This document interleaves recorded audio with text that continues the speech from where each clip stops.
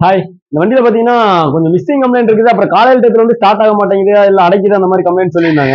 அதுக்கு வந்து நம்ம என்னன்னு செக் பண்ணி பார்க்கும்போது பாத்தீங்கன்னா, இந்த ஆர்பிஎம் உங்களுக்கு தெரியுதான்னு தெரியல. கொஞ்சம் ஆர்பிஎம் உங்களுக்கு காட்டுங்க. நம்ம ஆக்சிலேட்டர் என்ன கொடுத்தாலும் ஆர்பிஎம் வந்து உங்களுக்கு ப்ராப்பரா ஃபங்க்ஷன் ஆகாது. இந்த மாதிரி ஆடிட்டே இருக்கும். இந்த மாதிரி கம்ப்ளைண்ட் வந்துச்சு அப்படின்னா, மெயினா நீங்க வந்து செக் பண்ண வேண்டியது பாத்தீங்கன்னா, இந்த 2 காயில் இருக்கு பாத்தீங்களா, அந்த பிளக்குக்கு வர காயில். ஸோ இதுதான் கம்ப்ளைண்ட் இருக்கும். இந்த வண்டியில பாத்தீங்கன்னா இந்த சவுண்ட் உங்களுக்கு கேட்கும்னு நினைக்கிறேன். இதுல வந்து இந்த காயில்ல வர லைன் வந்து வெளியில அடிச்சிட்டு இருக்குது. ஸோ இதுதான் வந்து இந்த வண்டியில பிரச்சனை. இந்த மாதிரி பல்சர்ல வந்து நிறைய கம்ப்ளைண்ட் வருது. அதனால இந்த காயில வந்து நீங்க எல்லா சர்வீஸ்க்கும் செக் பண்ணிக்கோங்க. அது போக பாத்தீங்கன்னா இந்த ரைட் சைடு வர பிளக் அடாப்டர்.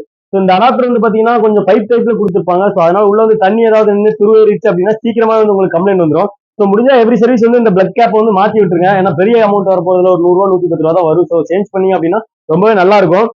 இந்த மாதிரி கம்ப்ளைண்ட் வந்து உங்க வண்டியில நீங்க இது ஃபேஸ் பண்ணிருந்தீங்க அப்படின்னா கமெண்ட்ல சொல்லுங்க. இந்த வீடியோ யூஸ்ஃபுல்லா இருந்திருக்கும்னு நினைக்கிறேன். Stay tuned guys. பை.